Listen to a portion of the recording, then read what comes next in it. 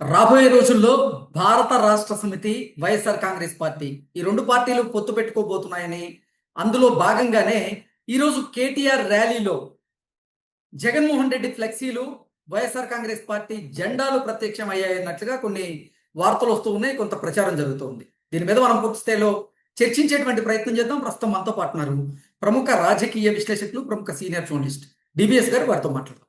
Sir నమస్తే sir. నమస్తే sir, రాబోయేటువంటి రోజుల్లో బీఆర్ఎస్ అలాగే వైఎస్ఆర్ కాంగ్రెస్ పార్టీ ఈ 2 పార్టీలు పొత్తు పెట్టుకోబోతున్నాయని, అందులో భాగంగానే కేటీఆర్ ర్యాలీలో భాగంగా జగన్మోహన్ రెడ్డి ఫ్లెక్సీలు అలాగే వైఎస్ఆర్ కాంగ్రెస్ పార్టీ కండువాలు కూడా దర్శనమిచ్చాయన్నట్లుగా కొంత ప్రచారం జరుగుతుంది. కొన్ని వార్తలు కూడా వస్తున్నాయి. దీని మీద మీ విశ్లేషణ ఏంటి సార్? అంటే కొత్తగా పొత్తు పెట్టుకునేదేమో, ఓకే. ఆల్రెడీ వాళ్ళు పొత్తులో ఉన్నట్టే కదా. ఇది ఇప్పుడు ఇప్పుడు ఇవాల్టి బంధం కాదు కదా. అది గత 12-13 ఏళ్లుగా మనం చూస్తూనే ఉన్నాం. ఇప్పుడు జగన్మోహన్ రెడ్డి కేసీఆర్ చెప్పులేసుకుని నడుస్తాడు, లేదు కేసీఆర్ మరి జగన్మోహన్ రెడ్డి కలిసి భోంచేస్తుంటారు. ఆ రోజు రిటర్న్ గిఫ్ట్ ఇస్తున్నానని కూడా అన్నాడు కదా. ఏది చంద్రబాబు ఓటమికి నేను రిటర్న్ గిఫ్ట్ ఇస్తున్నాను. మనం చూసాం కదా, జగన్మోహన్ రెడ్డి సీఎం అయ్యాడంటే దాని వెనక కేసీఆర్ పాత్ర. ఏది అటు అటు నైతికంగా లేకపోతే ఆర్థికంగా కూడా ఆయన చేయూత అందించాడు అప్పట్లో. అంటే మనకు వాస్తవాలు తెలియదు, మీడియాలో కథనాలు, సోషల్ మీడియాలో చూస్తుంటే అప్పట్లో ఏంటి ఒక 500 కోట్లు ఏమైనా సహాయం చేశాడు జగన్మోహన్ రెడ్డికి. అది జగన్మోహన్ రెడ్డికి కృతజ్ఞత కేసీఆర్ పట్ల.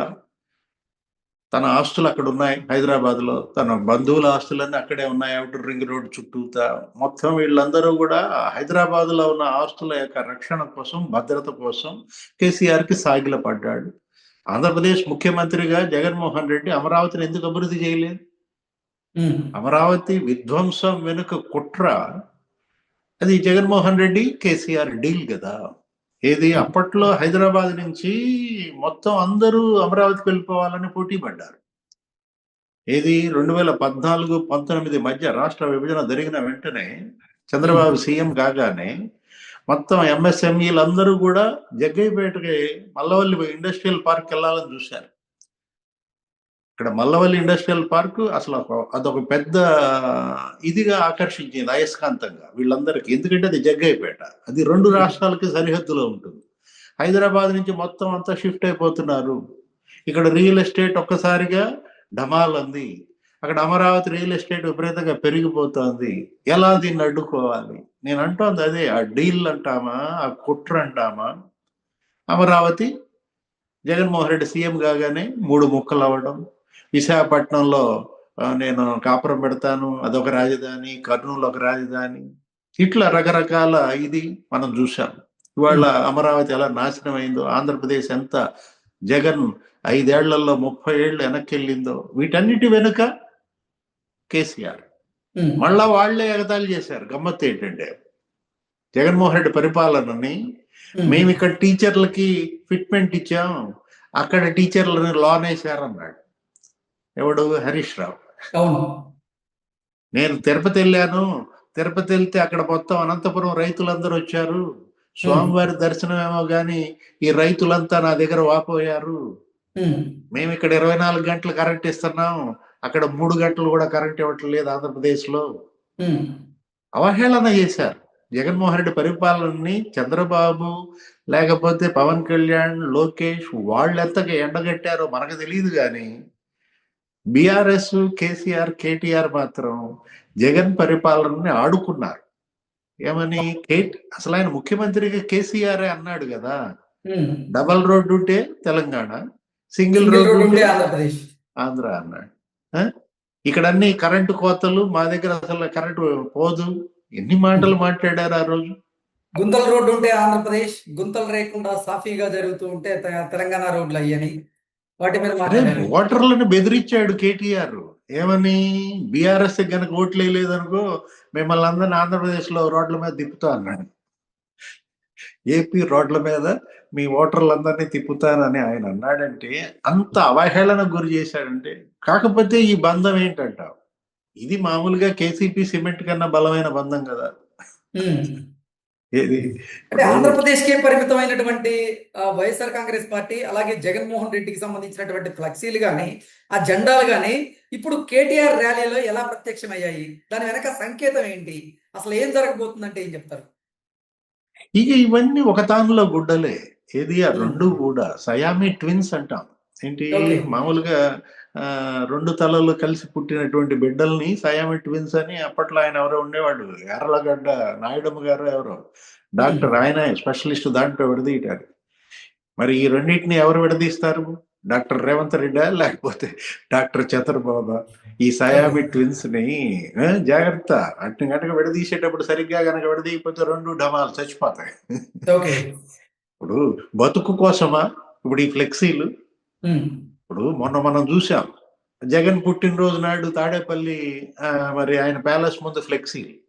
ఉమ్, మొన్న న్యూ ఇయర్ సందర్భంగా కూడా ఆయన ప్యాలెస్ దగ్గర ఫ్లెక్సీల్లో వీళ్ళ బొమ్మలు. ఎవరి ఉమ్, బొమ్మలు? కేసీఆర్, కేటీఆర్ బొమ్మలతో జగన్ ఇంటి దగ్గర ఫ్లెక్సీలు పెట్టారు.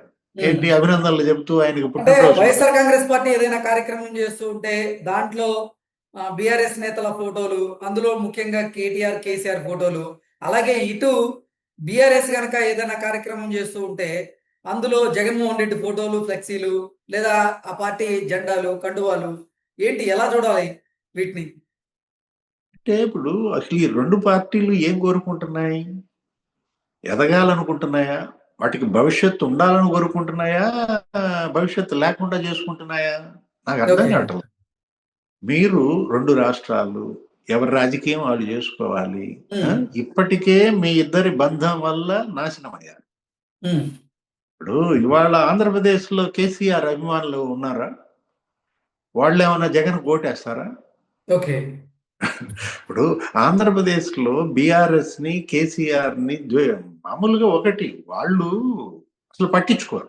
ఏది ఉమ్, అది అసలు అక్కడ పార్టీయే కాదు. ఏమైంది? పెట్టాడుగా అప్పుడు ఆయన జాతీయ పార్టీ అని పెట్టి కేసీఆర్ నిన్న కూడా ఉమ్, కవిత తిట్టింది. ఉమ్, ఏది ఆమె కన్నీళ్లు పెట్టుకుంటూ శాసన మండలి ప్రసంగంలో ఏమంది? ఆ? జాతీయ పార్టీ ఏంటి ఉట్టినక్క. ఇప్పుడు మనం అనుకున్నట్టుగా ఇక్కడ ఇల్లు ఊడవనాడు ఈది ఉడిచాడు అన్నట్టుగా ఉం? ఉమ్, జాతీయ పార్టీ పెట్టి ఆంధ్రప్రదేశ్ లో కూడా పార్టీ అన్నాడు. ఎవరు? బీఆర్ఎస్. ఆయన ఎవరు ఉమ్. ఒకటి పెట్టాడు అధ్యక్షుడిగా, తోట చంద్రశేఖర. అవును. చంద్రశేఖర్. ఆ, ఇప్పుడు ఎన్ని ఓట్లు ఉన్నాయని ఎందుకని కంటెస్ట్ చేయలేదు? ఇప్పుడు బీఆర్ఎస్ అక్కడ ఎందుకని పోటీ చేయలేదు? బీఆర్ఎస్ ఓట్లు ఎన్ని ఉన్నాయి ఆంధ్రప్రదేశ్ లో, వాటి కోసం జగన్మోహన్ రెడ్డి వాళ్ళతో మిలాఖత్ అవుతున్నాడా? ఉమ్, ఓట్ల కోసం కాదు, నోట్ల కోసమా మరి? ఓకే. ఆయన దగ్గర నోట్లు తక్కువే ఉన్నాయి, ఉమ్, జగన్మోహన్ రెడ్డికి నోట్లకి కొదవా? ఆ? అప్పుడు అంతా ఇప్పుడు డిజిటల్ పేమెంట్ కాదు కదా. ఉమ్, జగన్మోహన్ రెడ్డి ఏం చేశాడు? అంతా మామూలుగా నగదు, క్యాష్ అండ్ క్యారీయే కదా. బోల్డ్ క్యాష్ ఉంది ఆయన దగ్గర. ఉమ్, చెవిరెడ్డి వెంకటేష్ నాయుడు, నువ్వు కూడా చూసావు అయ్యా వీడియోలు, కట్టలు కట్టలు బయటపడ్డాయి. ఉమ్, అన్ని కట్ల పాములు ఉంటే ఇంకా కేసీఆర్ కట్ల పాములు కావాలంట ఈయనకి. ఓకే. ఒకటి పోనీ బీఆర్ఎస్ విషయానికి వద్దాం. వాళ్ళు ఏం ఉమ్, బాగుంకుందాం అనుకుంటున్నారు? జగన్మోహన్ రెడ్డి వాళ్ళకి ఓట్లు పడతాయా తెలంగాణలో? అంటే ఆగిన గుండెలు ఓటేస్తాయనా? అప్పుడు ఒక ఓకే. 600 గుండెలు ఆగినాయి అన్నారు. ఉమ్, రాజశేఖర రెడ్డి చచ్చిపోతే తెలంగాణలో గుండెలు ఆగినాయి అన్నారు. ఇప్పుడు ఒకటి నిజంగా మరి ఆగిన గుండెలు ఉంటే అక్కడ ఆయన ఎందుకని పార్టీ ఎత్తేసుకున్నాడు? ఉమ్, జగన్మోహన్ రెడ్డి పార్టీ గతంలో పోటీ చేసింది, కొండా సురేఖ వీళ్ళందరూ ఆయన పార్టీలోనే ఉన్నారు. ఇప్పుడు ఆయన ఒక ఎంపీ సీటుకి వెళ్ళి కొట్టాడు. ఉం? ఉమ్, మరి రెండో ఏమో ఎమ్మెల్యే సీట్లు కూడా కొట్టాడు అప్పట్లో జగన్మోహన్ రెడ్డి, కానీ పార్టీ మూసేశాడు. వాళ్ళంతా కూడా బీఆర్ఎస్ లో చేరారు. అప్పుడే ఉమ్, అర్థమైపోవాలా నీకు? ఏది వైసీపీ ఎంపీ, వైసీపీ ఇద్దరు ఎమ్మెల్యేలు ఏ పార్టీలో చేరారు? పొంగులేటి శ్రీనివాసరెడ్డి వీళ్ళందరూ ఏ పార్టీలో చేరారు? బీఆర్ఎస్ లో. టీఆర్ఎస్ లో చేరారు. ఎవరు చేరమంటే చేరారు? ఉమ్, జగన్ చేరమంటే చేరారు. ఓకే. కాకపోతే ఇప్పుడు పొంగులేటి బయటకు వచ్చి కాంగ్రెస్ లోకి రావచ్చు, అక్కడ అవమానాలు ఎదుర్కోవచ్చు. ఈ బంధం బలమైన బంధం అంటోంది అదే. కేసీపీ సిమెంట్ కన్నా బలమైన బంధం అంటోంది అదే. అక్కడ కాంట్రాక్టులు వీళ్ళు చేస్తారు, ఇక్కడ కాంట్రాక్టులు వాళ్ళు చేస్తారు. జగన్మోహన్ రెడ్డి వచ్చి కొబ్బరికాయ ఇక్కడ కొడతాడు. ఉమ్, ఇప్పుడు కాళేశ్వరం కొబ్బరికాయ ఎవరయ్యా కొట్టింది? ఓకే. కాళేశ్వరం కొబ్బరికాయ కొట్టడమేమో కానీ ఆ మేడిగడ్డ కుంగింది. ఏంటి ఆ 3 పిల్లర్లు బెసిగిపోయినట్టున్నాయి ఆ కొబ్బరికాయ దెబ్బకి. ఏదైనా ఒకటి ఇప్పుడు రాచపీనుగా ఒక్కటే లేవదంట, జంట పీను కోసం ఎత్తుక్కుంటుందంట. అట్లాగే ఈ 2 పార్టీలు, ఒక పార్టీ డిమినిష్ కాదా? 2 పార్టీలు ఒకేసారి అంతర్ధానం అవ్వాలని పెట్టుకున్నారా? Okay. Okay sir. Thank you so much.